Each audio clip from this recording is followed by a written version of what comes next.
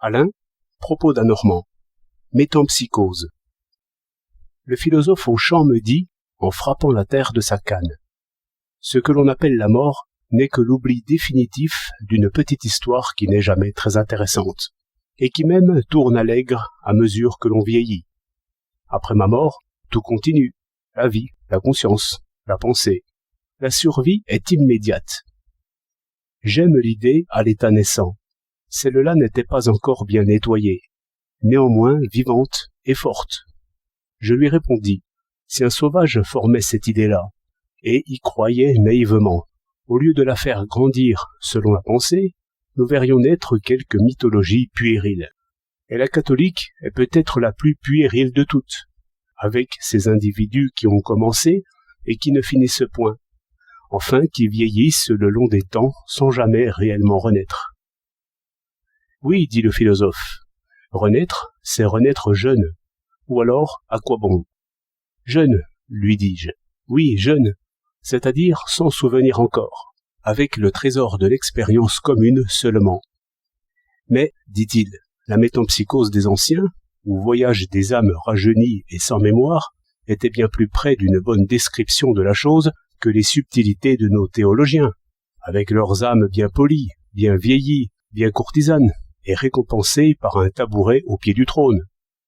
Et diable, ce qui est bon, c'est de revivre, et d'avoir encore de la peine, et encore du plaisir, et d'inventer encore une fois, et de mourir encore une fois, plutôt que d'être assis sans fin comme de sages vieillards qui n'auraient vécu qu'une fois, et qui raconteraient la chose sans la moindre espérance de finir pour recommencer.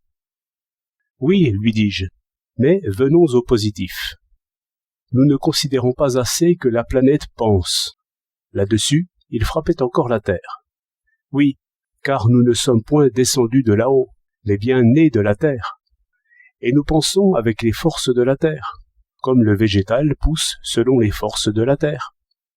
Enfin, il y a de la pensée sur cette planète, comme il y a des arbres et des fleurs. Et la pensée est commune à tous ceux qui pensent, comme la vie de ce prunier est commune à toutes ses branches et à tous ses bourgeons. Si étonnant que cela soit, pour nos esprits gâtés par les petites boîtes de la scolastique avec une âme dans chacune, c'est ainsi, puisque nous nous comprenons, puisque nous faisons en commun la science, les machines et la justice. Mais, dit-il, nous ne pensons pas assez que nous sommes nés d'une femme, d'abord bourgeons sur elle, 100 ans avec elle, et puis ensuite 100 ans et pensant pour nous-mêmes, mais toujours en accord avec elle et avec d'autres, par langage et comme une expérience. Cet esprit, qui pense là autour, est bien le plus précieux de moi-même, et je veux en croire les héros, qui moururent jeunes et contents pour que cette commune pensée fût sauvée et libre dans la suite. Par quoi leur mort n'était qu'un rebondissement.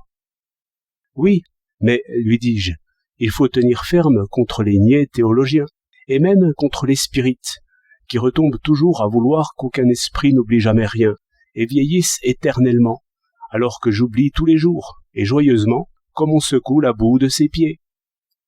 La vallée s'étendait sous nos yeux, tiède de soleil, sonore d'oiseaux, parée des fleurs de Pâques. 17 avril 1914.